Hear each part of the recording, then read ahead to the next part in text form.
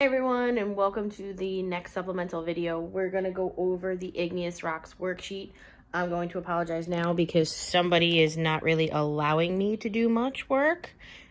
She's kind of just laying on me, but I will do my best. And if you have any questions at any time, remember to email me. All right, so here's the worksheet, and now I feel your pain, everybody, with writing. You can see my handwriting is usually really nice, but it actually came out really crappy on Notability. All right, so in front of you, you should have the reference table for igneous rocks, okay? Sorry. So question number 1 says, name 4 felsic igneous rocks. Well, you have to know the group names in order to do this, right? You have the felsic group, you have the andesitic group, you have the mafic group, and then you have the olivine group, pretty much, right? So we don't really talk about the ones with olivine that much, but we will after. All right, so a couple of things is the closer you get to this side, your color is going to be lighter, your density is going to be low, and you're going to be more felsic. The closer you get to this side, the darker your color is going to be, your density is going to be higher, and you're going to be considered more mafic, or in this case, these are the ultra mafics. All right. When you're looking down here, this is what minerals make up these rocks. So when they ask you specifically about which minerals are in granite or which minerals are in diorite, you have to find granite and then go straight down. And all of these minerals are going to be inside of granite. Just a matter of the percentage. Okay? Then you have the grain size. The grain size is listed here. Remember, the larger the grains, the slower that it cooled, which means that it's probably going to be made inside of the earth. Right? All right, so question number 1 says to name 4 igneous rocks. So you can pretty much pick any of these. I would stick with vesicular rhyolite, pumice, rhyolite, granite, pegmatite. I don't really like to put obsidian as a felsic rock because of the fact, well, not really pumice either, because you see how they go over into kind of the andesitic group? You're better off just sticking with the 4 that are specifically in felsic. All right, then when you're going to do the mafics, you have to remember these are the mafic groups, right? This is mafic. So you can name any of those 4. All right, if it's plutonic, plutonic means intrusive, right? So it says it here for you, so you don't even have to remember it, right? So it says name a plutonic mafic igneous rock. So you're going to pick gabbro, right? Because it's plutonic, it's intrusive, right? And it's part of the mafic group. All right, so number 4 says, which igneous rock cooled slowly underground and contains mostly quartz and potassium feldspar? So when you're looking at this, right, if it cooled underground, it means that it's an intrusive or a plutonic rock, okay? If it's made of mostly quartz, which is here, and potassium feldspar, which is here. If it's mostly them, I would probably pick, to be honest with you, pegmatite or granite, right, because it also has to be intrusive. Pretty much those are your only 2 choices. All right, so like I said before, number 5, right, you're going to be 5 and 6, you're basically going to be basing it off of this section, that's middle line section, right? So number 5, as rocks become more mafic, so they move in this direction, they're going to become darker in color, and if they become more felsic, they become less dense. Okay, it says, which igneous rock is fine-grained and has a lot more pyroxene? Okay, so here's pyroxene, right? And the fact that it's fine-grained, where do the 2 meet? They meet at basalt, okay? You could probably also put scoria on there because it's right there, but it really doesn't matter which one you put for that one. All right, name a coarse-grained igneous rock composed mainly of olivine. Well, olivine's over here. If it's coarse-grained, it has to be the 2 of them together. So I would probably pick peridotite. Okay. You could also pick, I would pretty much pick that one. Dunite is kind of on its own, so I would probably pick that one. All right, so name an intrusive, dense, and dark-colored igneous rock. All right, so if it's intrusive, we're looking here. Hopefully my phone will, come on, there we go. If it's intrusive, we're looking here, okay? If it's dense and dark colored, well, again, we have to look down here at the density is high here, and it's dark in color. So if it's intrusive, it's dense and dark in color.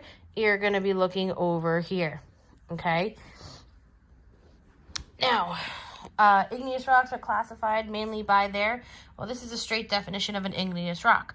Igneous rocks pretty much are going to be their grain size, right? Or pretty much their grain size. So if they have a large grain, it means they cooled super slow. It means that they are going to be intrusive, right? They're going to be close to that heating source. If they are smaller or no crystals, it means that they cooled very, very, very quickly and far away from that heat source. Okay. So pretty much number 10 and 11 are both going to be grain size, right?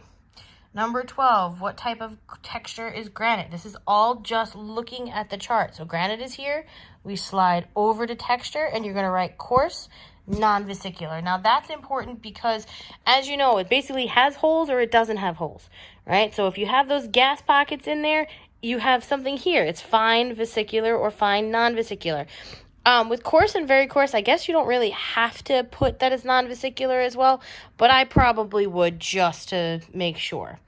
Okay, what is the grain size of granite? Again, go to granite, slide over to the grain size, and it's 1 millimeters to 10 millimeters. Okay, is granite intrusive or extrusive? Again, just practice with this. It's intrusive. Plutonic is also referred to as intrusive. Okay, it's all about looking at the chart. Okay, so the next part, what I suggest you do is you get a blank piece of paper. In this case, I'm using a piece of leftover mail, okay? And you are going to figure out the percentage of each mineral. This does come up every once in a blue moon, but what you're going to do is, and it says use the first B in gabbro. I already did this, so I have some lines already made up here, but I'm going to line this up with the first B in gabbro, and then I'm going to line it up down here, okay? So when you do this, right, just like you did with topographic maps, you're going to make a little tick mark right where it hits the next mineral, okay? And then you can slide it down to the bottom. And as you can see, right, from here to here, that first mineral is going to be about 35%, right? Because each one of these lines are going to be worth 5%. And you're going to do it for each of them, okay? All right, so when you're doing this, that's how you're going to do it. It makes your life a little bit easier. I explained it this morning during office hours. There really wasn't anybody in office hours, but when I did explain it, I was like, look over here, and you can see that the potassium feldspar goes from about 25% to about 100%, which means that potassium feldspar for this section makes up about 75% of that rock. That does get a little confusing, so you're almost better off just using the scrap piece of paper, right? Remember, on the Regents, you can use a scrap piece of paper. You just have to ask for one. All right, so next question is we are going to, where was I? It scrolled down. Okay. List the minerals present in andesite. You find andesite, you go all the way down. So technically quartz is in andesite, right? Plagioclase feldspar, biotite mica, and amphibole. Okay, so all of those should be listed there. All right, what is the texture of granite? Again, this is the same question as before. Name a fine-grained igneous rock with no pyroxene. So pyroxene starts here and goes all the way over here. So you have to be careful. So you want to make sure that andesite still has pyroxene in it. So your answer should be rhyolite, right? You see this little tiny bit of it, okay? And yes, I need to get my nails done. Sorry. Okay, or I should do them myself, I should say, because we're all staying home, right? So these two lines are going to show me where all the andesitic ones are, okay? So rhyolite should be your answer, all right? So then this one says, name a coarse grain igneous rock with no pyroxene. Again, you're going to slide all the way over to the felsic ones, right? And granite should be your answer because it's coarse grain, and you slide over to granite. All right. So now you're looking at it for gabbro, for question number 21. It says, which mineral is present in much greater quantities in peridotite than in gabbro? So if you're looking at it, right, greater quantities in peridotite than there. So here, peridotite, right?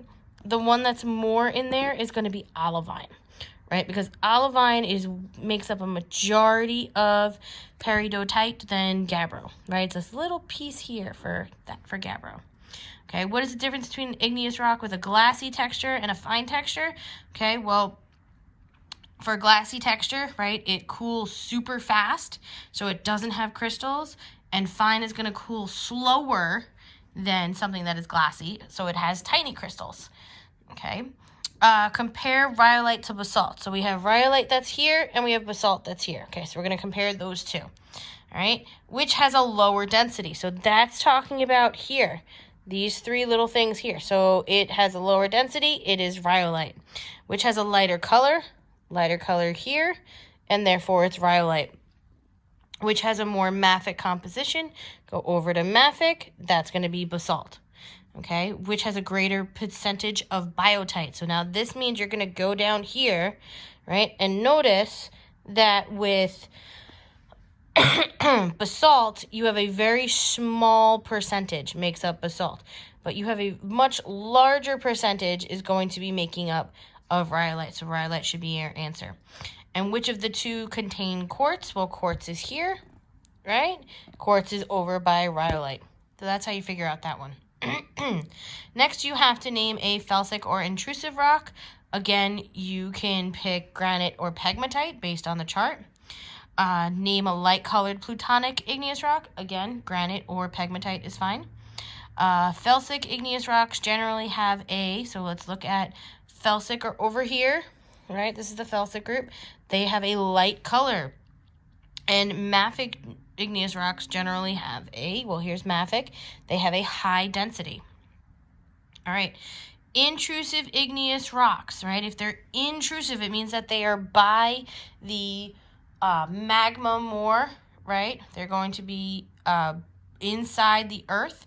So they're going to be here, the intrusive ones. They have much larger, right, grains than the other ones, right? Because they cool very, very, very slowly.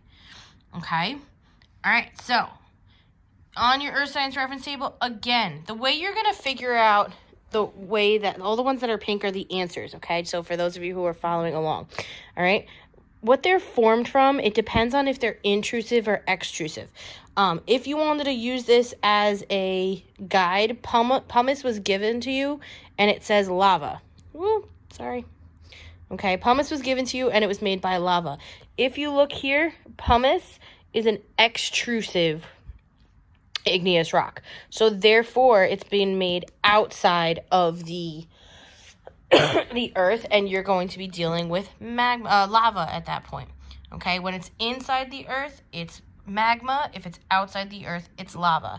So gabbro, basalt, and obsidian are going to be made from magma, lava, and lava because of where they are made.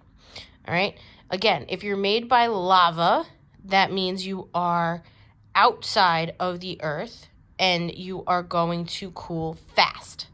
Okay, if you're made by magma, you're going to be inside the earth and you're going to cool slow.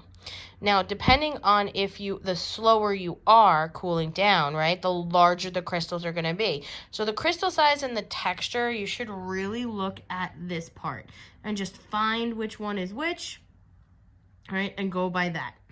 All right, well, from the two of us, hey, you, hey, say goodbye.